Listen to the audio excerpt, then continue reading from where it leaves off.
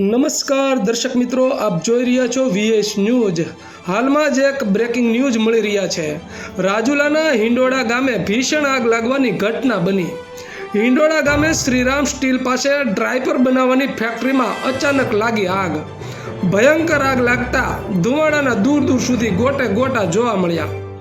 આગ લાગતા અફડાતફડીનો માહોલ સર્જાયો। રાજુલા નગરપાલિકા 2 ફાયર બ્રિગેડ અને સ્થાનિક કંપનીની 2 ફાયર બ્રિગેડ ઘટના સ્થળે પહોંચી હતી। આગ પર પાણીનો મારો ચલાવી આગ કાબૂમાં લેવા પ્રયત્નો હાથ ધર્યા હતા। આગ એટલી ભયાનક હોવાથી વિકરાળ સ્વરૂપ ધારણ કર્યું।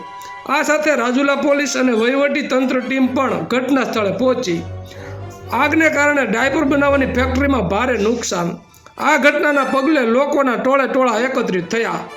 તો આવા અવનવા સમાચારો જોવા માટે જોતા રહો વીએસ ન્યૂઝ રાજુલા।